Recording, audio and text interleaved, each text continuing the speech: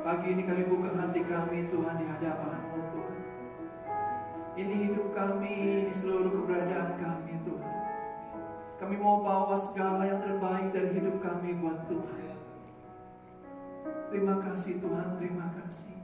Kami mau buka hati kami Tuhan, untuk kami boleh dengarkan firman-Mu pagi ini. Berbicara buat setiap kami Tuhan. Biar setiap kami boleh menerima pewahyuan langsung dari Roh Kudus buat setiap kami. Urapi setiap kami umat-Mu di tempat ini Tuhan. Biar roh hikmat, wahyu dan pengertian boleh turun atas kami. Sehingga firman ini boleh mengubah hidup kami. Sehingga firman ini boleh menjadikan kami orang yang makin berkenan, makin menyenangkan hati Tuhan saja Tuhan. Terima kasih Tuhan Yesus, terima kasih. Segala hormat, segala puji kebenarannya bagi nama Tuhan Yesus. Di dalam nama Tuhan Yesus yang siap menerima firman Tuhan, sama-sama katakan amin.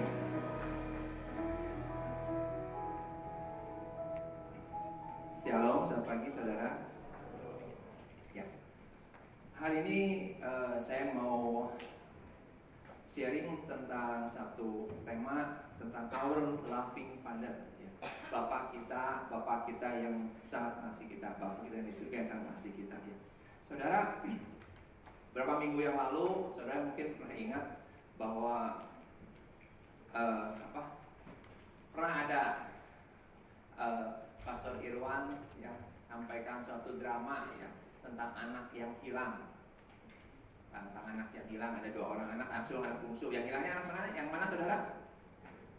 Anak bungsu, tapi ternyata anak sulung juga sama-sama terhilang saudara ya.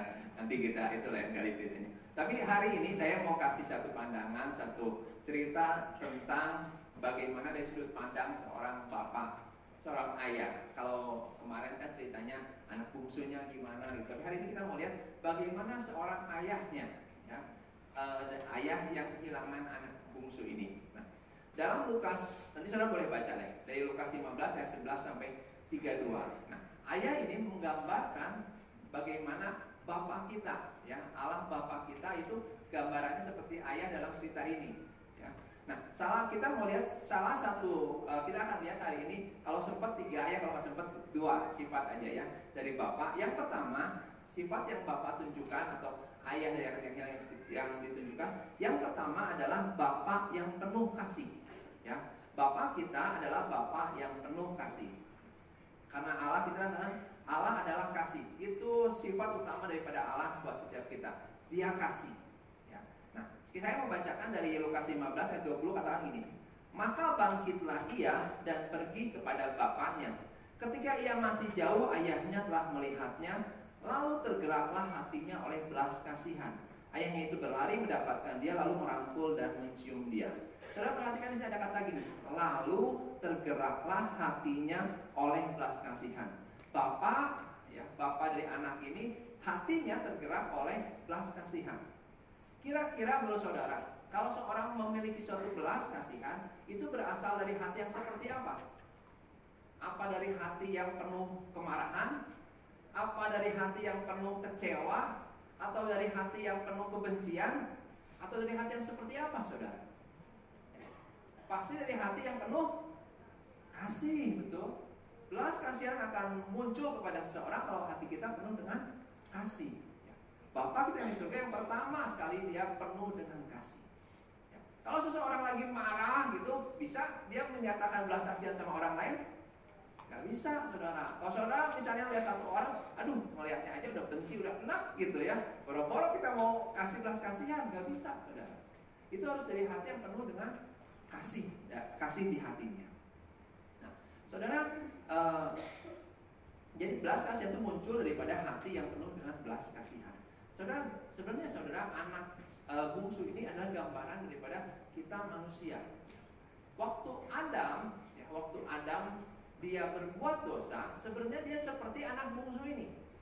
Waktu dia makan buah pengetahuan yang baik dan jahat, ya dia lagi berkata sama Tuhan, kayak anak bungsu ini berkata sama bapaknya, Bapak kasih saya semua warisan itu. Ya.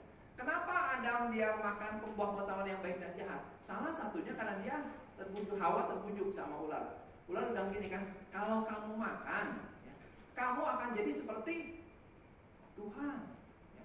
Jadi itu seperti gitu, saya mau ambil semuanya. Seperti anak bungsu ini, dia mau dapatkan segalanya. Ya, saudara, saudara, ketika Tuhan menciptakan bumi ini, waktu Tuhan ciptakan tanaman, ya, Tuhan lagi cuma bilang kayak gini sama tanaman. Dikatakan gini, hendaklah tanah menumbuhkan tunas-tunas muda, tumbuh-tumbuhan berbiji segala jenis pohon-pohonan yang buah yang berbiji, maka tumbuh-tumbuhan di bumi itu muncul. Ya, Tuhan bicara sama tanah, tumbuhan muncul. Terus waktu Tuhan mau ciptakan ikan, Tuhan cuma bilang gini, air keluarkan ikan muncul.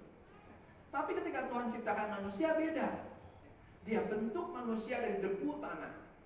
Saudara, saya waktu saya merenungkan ini, saya lihat bahwa Tuhan itu luar biasa, saudara. Ya, kenapa?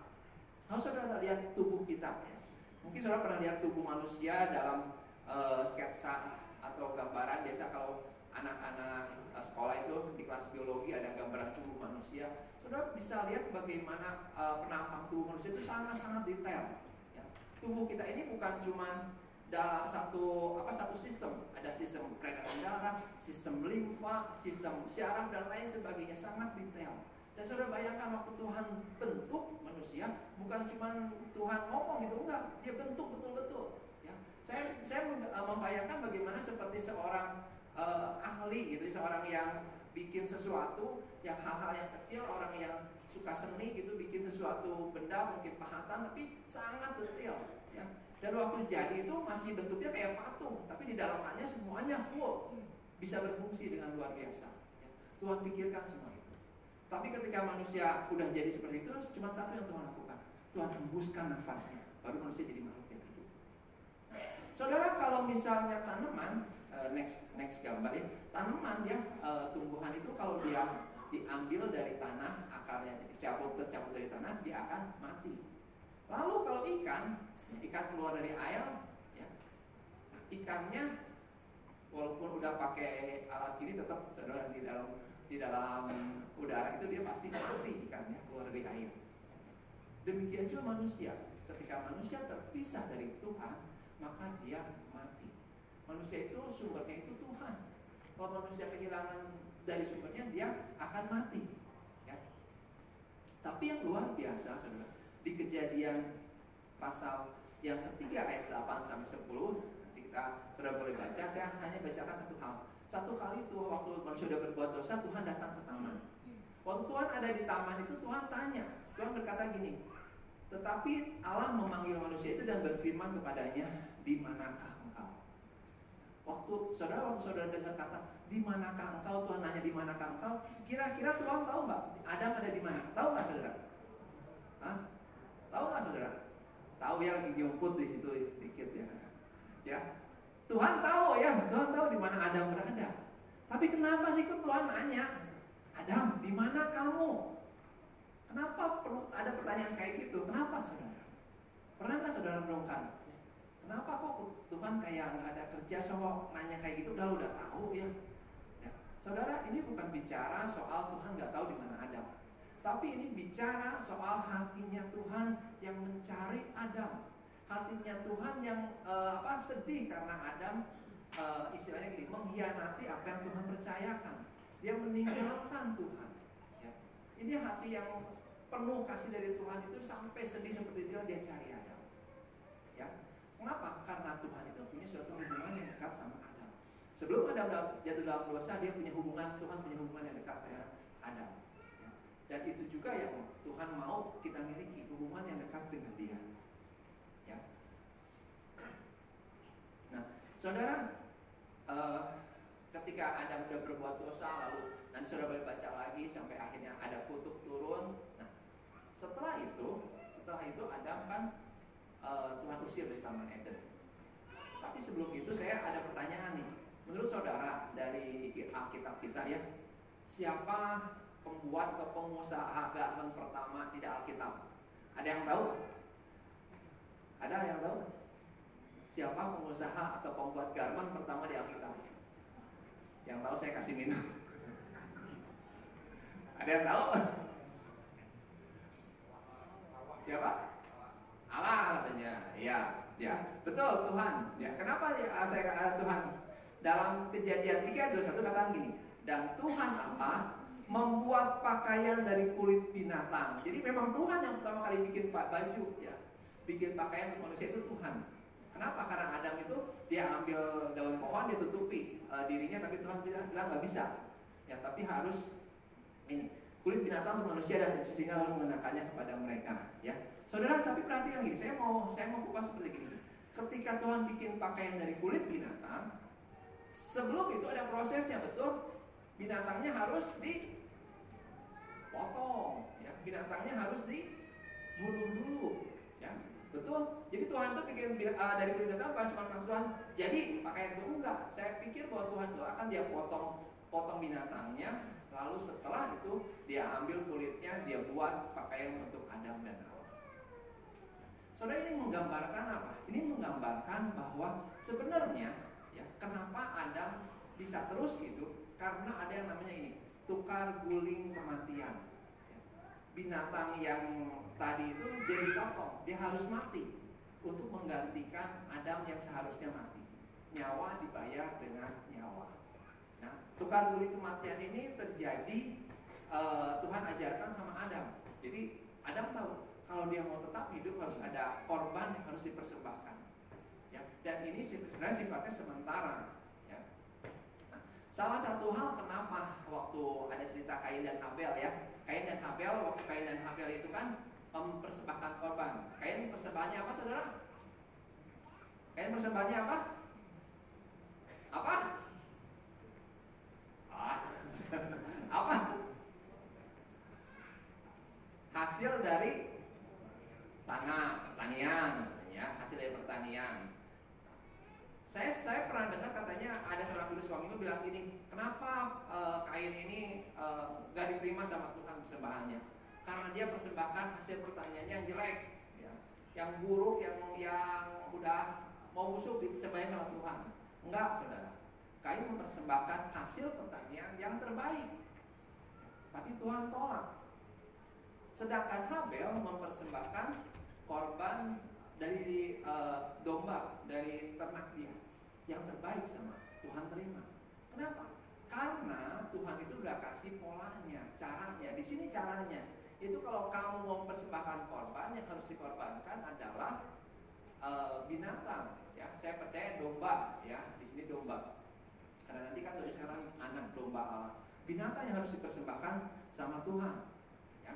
Nah, ini gambaran bahwa kematian binatang ini memberikan kehidupan buat Adam. Ya, ini ada yang namanya tukar guling kematian. Jadi dengan penumpahan darah ada pengampunan. Ya, saudara tangkap itu. Dan itu yang Tuhan lakukan. Ketika manusia berbuat dosa, Tuhan menyatakan kasihnya lewat apa? Pertama lewat korban binatang, tapi setelah itu Tuhan nyatakan lewat korban anaknya di atas kayu salib. Ya. Yohanes 3 ayat 16 katakan gini, karena begitu besar kasih Allah buat kita manusia, sehingga apa yang dia lakukan? Dia mengaruniakan, ngasih kita anaknya, ya. Kasih kita Yesus sebagai korban untuk menebus, menghapus dosa kita. Ya, itu yang Tuhan Yesus lakukan di atas kayu salib buat setiap kita. Dan Tuhan sangat mengasihi kita. Saya pernah share di sini bahwa Tuhan jadikan kita biji matanya. Ya, biji mata dalam bahasa Ibrani Aison, itu seperti anak kecil yang baru lahir, bayi yang baru lahir. Tuhan jaga, Tuhan rawat, Tuhan berkati setiap hidup kita. Ya. Nah, satu kali ada seorang anak kecil perempuan, dia baru pulang dari sekolah minggu. Lalu dia belajar bahwa mata Tuhan itu memperhatikan dia, melihat dia. Ya. Lalu dia cerita sama maminya, mami, tadi saya belajar bahwa Tuhan itu matanya memperhatikan saya, memperhatikan apa yang saya lakukan. Lalu maminya bilang gini, kalau Tuhan perhatikan kamu, apa kamu nggak merasa terganggu? Ya kan kalau saudara misalnya lagi ada di mana, ada orang ngeliatin kita gitu kan, kita ngerasa ini apa ini orang kok liatin kita gitu ya. Maminya nanya seperti itu, apa kamu nggak ngerasa terganggu? Ada yang liatin kamu terus, ya. Lalu anak ini berkata gitu, enggak mami, Tuhan itu ngeliatin saya dengan matanya yang penuh kasih, ya. Dan dia nggak bisa melepaskan pandangan matanya dari saya. Dia bilang seperti itu. Jadi saudara, anak itu merasa bahwa ketika Tuhan melihat dia, Tuhan memandang dia dengan mata yang penuh kasih, mata yang sangat mengasihi, ya, bukan mata yang melihat, wah kamu lagi ngapain nih, lagi buat dosa apa, bukan. Tapi dia melihat kita memandang dengan mata yang penuh kasih. Ya, saya ingat satu kali anak saya waktu lagi kecil, saya selalu memperhatikan anak saya kemanapun dia pergi. Ya, mungkin 2-3 tahun, selalu memperhatikan. Dengan apa? Dengan mata yang penuh kasih. Ya. Kenapa? Bukan karena dia nanti lakuin salah, dia lakuin apa? Bukan. Tapi karena saya tahu kalaupun dia jatuh, dia salah, ya saya bisa segera datang untuk menolong. Itu mata Tuhan buat kita. Itu yang Tuhan kerjakan buat kita, saudara. Dia nyatakan kasihnya sama kita, dia lindungi, dia berkati kita, dia berkata, aku Bapa yang terus memperhatikan kamu. Ya, itu Bapak kita buat kita. Ya. Dan satu ayat saya mau kita baca dari Roma 8 ayat 32, boleh ditampilkan, ya. Ia yang tidak menyayangkan anaknya sendiri, tetapi yang menyerahkannya bagi kita semua, bagaimanakah mungkin ia tidak mengaruniakan segala sesuatu kepada kita bersama-sama dengan dia. Saudara, Tuhan sudah memberikan yang terbaik. Anaknya yang paling baik, yang paling berharga, Tuhan kasih sama kita. Apalagi hal-hal yang lain yang istilahnya nggak terlalu penting, pasti Tuhan kasih buat kita. Ya, saya ambil contoh, misalnya nih, saudara pulang dari sini, saudara mau makan mie, ya. Di Mekarwangi ini banyak mie yang enak-enak.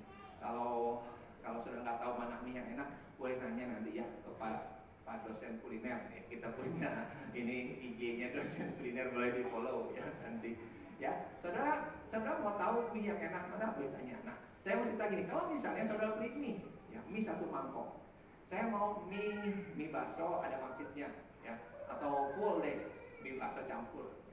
Nah, ketika saudara pesen seperti itu, lalu dibikinin, ya. Nah, setelah datang, setelah yang mie bakso itu kan ada juga tambahannya, ya. Ada acar, mungkin ada acar, ada sambal dan lain sebagainya lah, tambahan yang sedikit-sedikit, ya. Saudara, yang saudara cari waktu mau makan mie itu, kita mau makan apanya? Mie-nya, saudara, betul ya? Saudara bukan cari acarnya. Waktu udah mie-nya dikasih, kita makan, kita senang. Tapi apa yang terjadi kalau misalnya kita pesen, udah penuh, tempatnya penuh gitu, nggak datang-datang mie-nya, yang dikasih cuma acarnya aja. Saudara kira-kira ngamuk nggak? Udah lapar, ini kok nggak datang-datang mie-nya, yang datang cuma acarnya aja, saudara. Ya. Nah, saudara, itu gambaran juga seperti itu. Tuhan tuh udah kasih yang utama, mie-nya udah Tuhan kasih buat kita. Acarnya pasti datang, saudara. Ini bicara soal kalau Tuhan udah kasih Yesus buat setiap kita, hal-hal yang lain, hal soal masalah kesembuhan, masalah ekonomi, masalah hubungan, rumah tangga, mungkin apapun juga hal-hal yang kecil-kecil itu pasti datang. Kenapa? Yang utama aja udah Tuhan kasih, yang paling berharga aja udah Tuhan kasih buat kita. Ya, jadi percaya bahwa Tuhan akan berikan hal-hal yang istilahnya kecil-kecilnya pasti dikasih lah, acaranya pasti dikasih lah, kalau minyak dia udah dikasih buat kita. Amin. Ya. Nah, sekarang respon kita apa sih? Kalau Tuhan udah begitu baik buat setiap kita, respon kita apa? Yang pertama, respon kita adalah kita harus belajar mempercaya sama Tuhan. Ya. Percaya dalam arti ini, trust, mempercayakan hidup kita sama Tuhan. Ya. Satu kali ada seorang ayah, dia ngelihat ada 3 orang anak di atas pagar. Si anak-anak ini dia melihat, waduh bahaya ini anak-anak main di pagar. Lalu ayahnya bilang, si ayah ini bilang gini, ayo sini loncat. Waktu sini saya tangkap gitu. Waktu dia ngomong kayak gitu, 2 orang anak loncat. Ya. Tapi satu lagi nggak loncat. Udah dibujukin baru satu lagi loncat. Karena lalu ditanya, kenapa kok 2 anak itu bisa langsung taat, bisa langsung mau? Ya iyalah, 2 anak itu anak saya, yang satu lagi bukan anak saya. Ya, kenapa mereka langsung taat? Karena mereka percaya bahwa saya bapaknya. Ya, mereka mengenal dan mempercayai saya sebagai bapaknya. They trust me. Mempercayai sebagai ayahnya. Ya, saudara, kalau kita tahu Tuhan adalah Tuhan yang baik, waktu Tuhan memberitahu sesuatu sama kita, seharusnya kita harus langsung taat sama Tuhan. Kenapa? Itu bedanya saudara anaknya Tuhan atau anaknya bukan anak Tuhan, ya. Kalau kita anaknya Tuhan, kita harus mempercayai bahwa dia Bapak saya Saya percaya dia akan lakukan yang terbaik buat saya. Amin. Ya, oke. Next, yang kedua, ini waktunya takutnya nggak cukup. Yang kedua, Bapa kita adalah Bapa penuh dengan pengampunan. Ya, saudara, anak bungsu yang kembali kepada bapaknya, ketika dia kembali, kalau saudara jadi bapaknya, kira-kira apa yang akan saudara lakukan? Saya mau tanya nih, ayo jawab. Kalau anak bungsu ini balik sama saudara, kan tahu ceritanya dia udah minta warisan, udah dapat harta. Setelah udah dapat harta, hartanya dapat uang, dia pakai foya-foya, dia lakukan hal yang buruk, boro-boro menyenangkan ayahnya, tapi akhirnya dia balik. Kalau kita sebagai manusia, waktu anak bungsu kita datang, kita akan apakan? Kita akan terima dia atau kita tendang? Mungkin kita pergi sana, ngapain lu balik gitu kan? Gitu ya. Kita manusia bisa kayak gitu. Tapi Bapak enggak, saudara. Waktu anak bungsu datang, di situ katakan bahwa dia berlari, dia sambut, dia peluk. Ya. Saudara, ini anak bungsu bau, saudara, bau babi, saudara. Ya. Kalau babi yang udah dipanggang bau harum, kalau ini baunya bau babi, saudara, anak bungsunya. Ya. Dan tapi apa yang dia lakukan? Bapak lakukan adalah dia peluk anak. Artinya apa? Bapak memberikan pengampunan kepada anak bungsu. Dan itu yang Bapak kita lakukan. Ya. Dalam Mazmur 103 ayat 3 dikatakan gini, dia yang mengampuni segala kesalahannya. Terus ayat 12 sampai ayat 12 katakan gini, sejauh timur dari barat, demikianlah dijauhkan daripada kita pelanggaran kita. Seperti Bapa sayang kepada anak-anaknya, demikian Tuhan sayang kepada orang-orang yang takut akan Dia. Saudara, waktu kita berbuat salah, waktu kita berbuat dosa, apa yang Bapa lakukan? Bapa katakan gini, Tuhan lakukan apa? Sejauh timur dari barat, demikian jauhkannya daripada kita pelanggaran kita. Jadi waktu saudara datang sama Tuhan, Tuhan katakan, aku ampuni kamu. Lalu sudah gitu, kesalahan kita nggak diingat-ingat, saudara. Yang suka ingat-ingat, yang suka mancing-mancing kesalahan kita itu setan. Ya. Setan itu selalu ingatnya, dulu kamu kayak gini loh. Ya. 10 tahun yang lalu kamu seperti ini loh. Tapi Tuhan enggak. Tuhan bilang apa? Sejauh timur dari barat. Saudara, sejauh gimana sih timur dari barat? Timur, misal timur di sini, barat di sini. Timur sama barat pernah ketemu nggak, saudara? Nggak akan pernah ketemu, betul?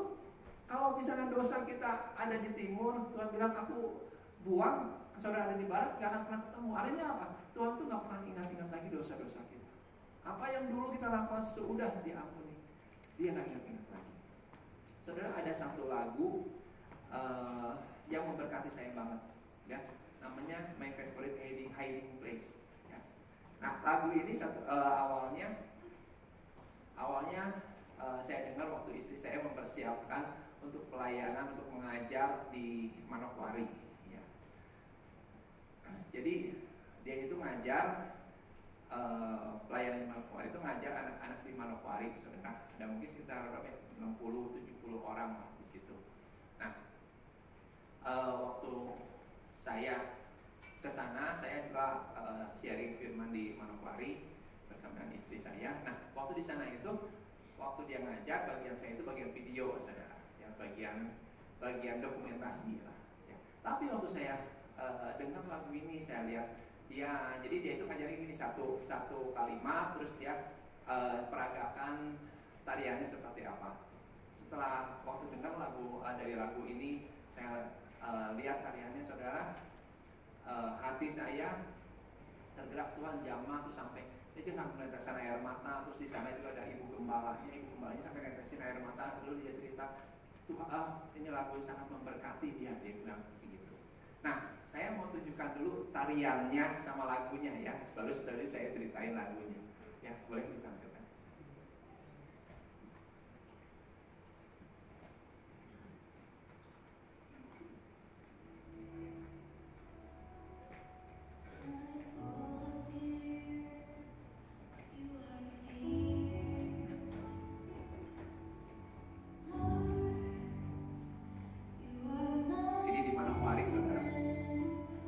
Peserta dari latihannya.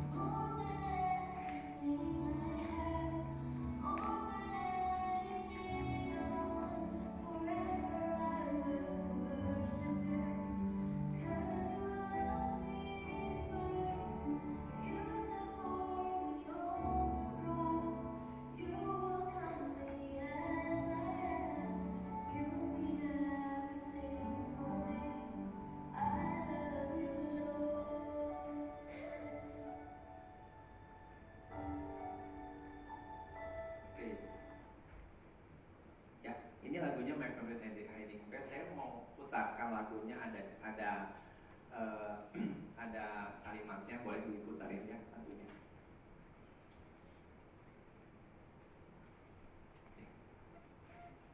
Coba perhatikan ya, kata-katanya sangat memberkati.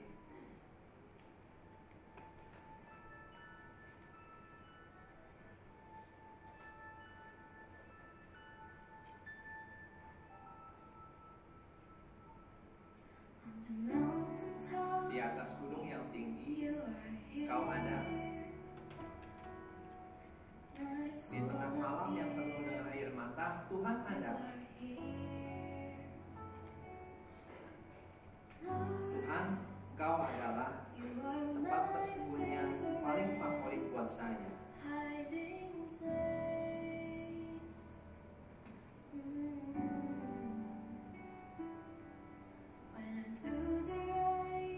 Ketika saya melakukan hal yang benar, Tuhan sayang, Tuhan cinta sama saya.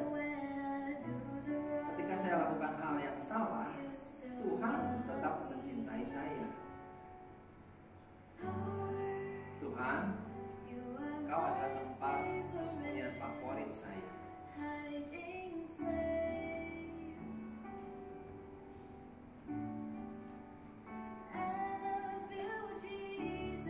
Aku cinta Yesus lebih dari apa yang saya punya, lebih dari apa yang saya inginkan. Selamanya aku akan menyembah-Mu, Tuhan, karena Tuhan lebih dulu mengasihi saya. Kau mati buat saya di atas salib. Kau menyambut saya sebagaimana saya adanya.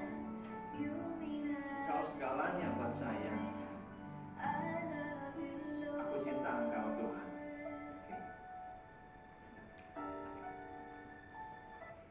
Ya, saudara perhatikan, ini lagu sangat luar biasa, sangat memberkati buat saya. Di sini katakan ketika saya lakukan hal yang salah, yang benar, Tuhan cinta sama saya. Saudara, mungkin saudara sebagai orang percaya, saudara merasa, wah kalau saya lakukan yang baik, yang benar, Tuhan sayang sama saya.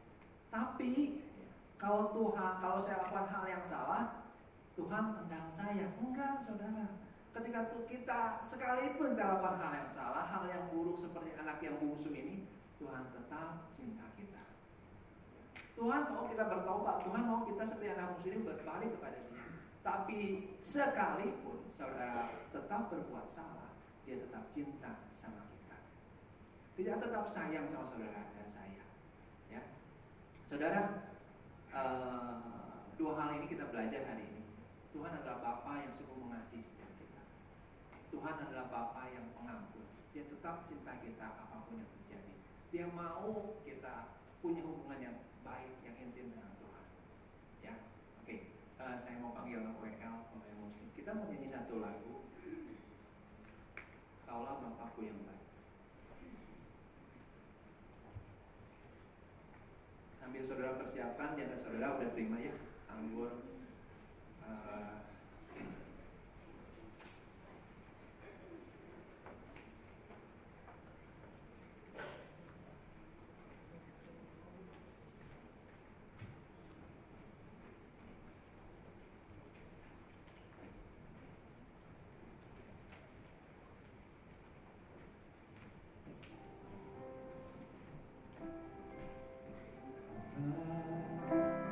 Aku yang baik.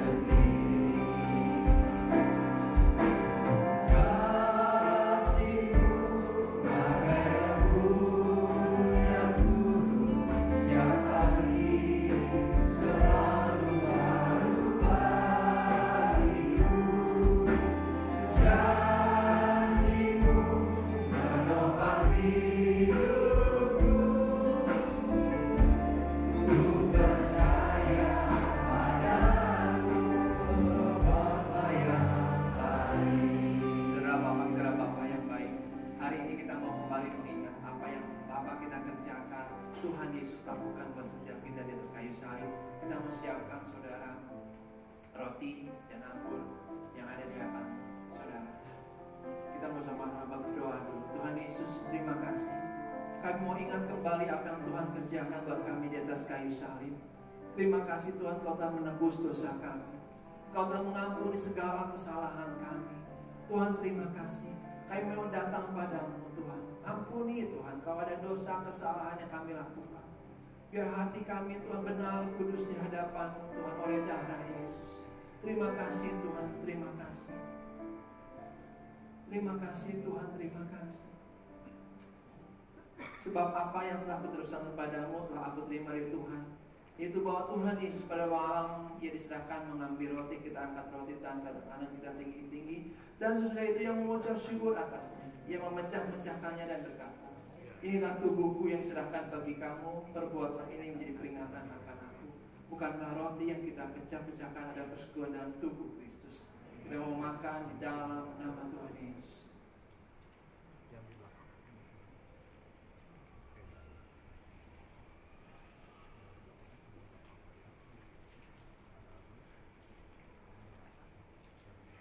Demikian juga yang mengambil cawan sudah makan lalu berkata, cawan ini adalah perjanjian baru yang diberikan oleh darahku. Perbuatlah ini setiap kali kamu meminumnya menjadi peringatan akan aku. Kita mengangkat cawan di hadapan kita. Saudara, cawan ini adalah perjanjian baru yang diberikan oleh darah Tuhan Yesus. Darah Yesus yang dicurahkan bagi kita, bagi penebusan dosa kita, untuk menyelamatkan hidup kita. Kita mau minum ini di dalam nama Tuhan Yesus. Mari kita mengucapkan syukur. Terima kasih Tuhan. Ayo ucapkan syukur masing-masing dari mulut kita. Terima kasih Tuhan. Terima kasih Yesus. Terima kasih buat tubuh. Terima kasih buat darah-Mu yang tercurah bagi kami. Terima kasih Tuhan. Waktu kami makan tubuh dan darah-Mu, kami percaya ada kekuatan yang baru, ada kesehatan yang Tuhan lepaskan buat kehidupan setiap kami. Kami menjadi kuat, kami menjadi sehat. Berkat